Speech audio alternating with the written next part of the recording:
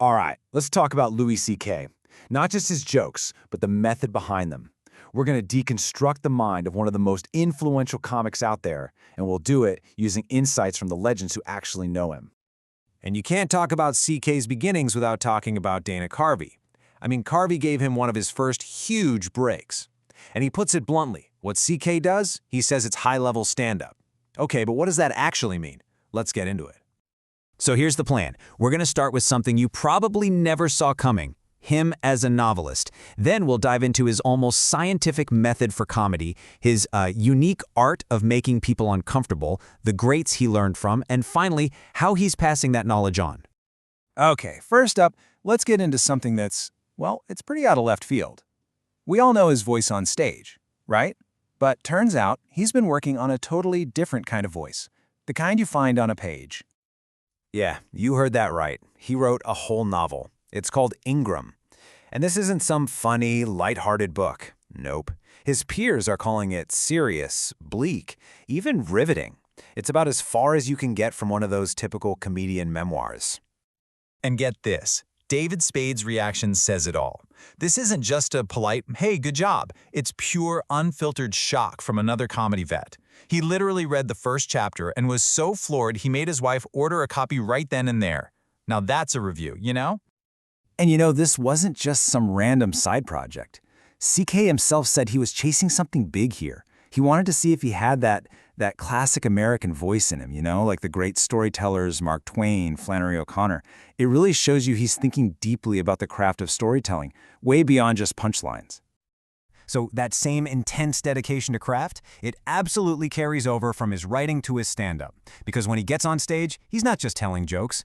It's more like he's a scientist, and the audience, you guys, are the experiment. Dana Carvey actually broke down his whole method into this incredible 4-step process. Okay, check this out. Step 1, he hits you with a premise that makes you really uncomfortable. Step 2, he gets you kind of back on your heels, defensive. Step 3, he just deconstructs the whole thing till you have to laugh. And then step 4, he makes you feel kind of ashamed for laughing. It's brilliant, and it's a total masterclass in manipulating a room. So let's really focus on that key ingredient, discomfort. For CK, all that tension, that awkward silence you feel in the room, that's not a bug, it's the main feature. It's his most powerful tool. And he tells this story that just perfectly illustrates it. He had this bit, right? A pretty standard joke about, Tonga ball torture being the worst thing ever. An easy laugh. But one night he thought, what if I push this way, way further? So right when the punchline should be coming, he says this. And then, silence.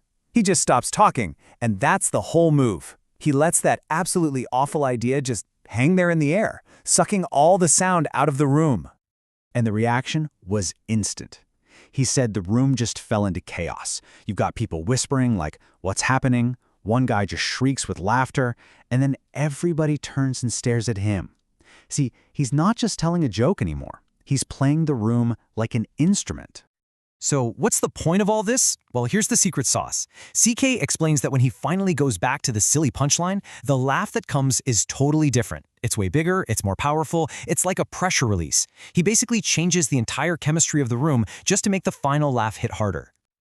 Now, a method this complex, it doesn't just spring out of nowhere, right? He built it on some really critical advice he got from some of the biggest names in the game, the true legends.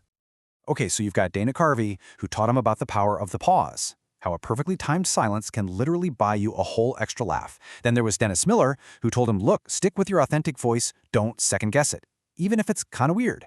And Jerry Seinfeld.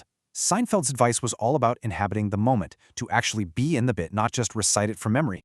So after learning all these lessons from the greats, the story kind of comes full circle, because now we get to see CK in the mentor role, passing that knowledge along.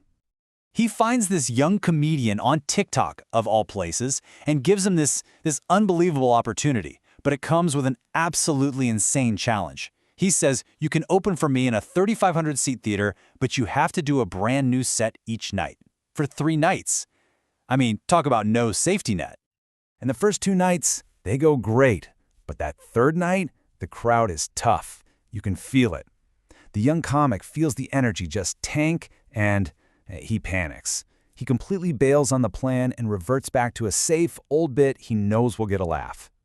And what CK tells him afterward Man, it just sums up his entire philosophy perfectly. He says, that panic you felt, that's the whole thing.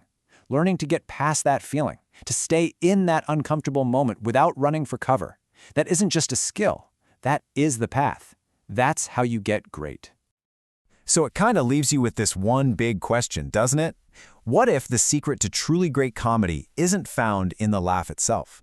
What if the real magic, the thing that separates the good comedians from the absolute legends, is actually found in that terrifying but totally electric silence that comes right before it?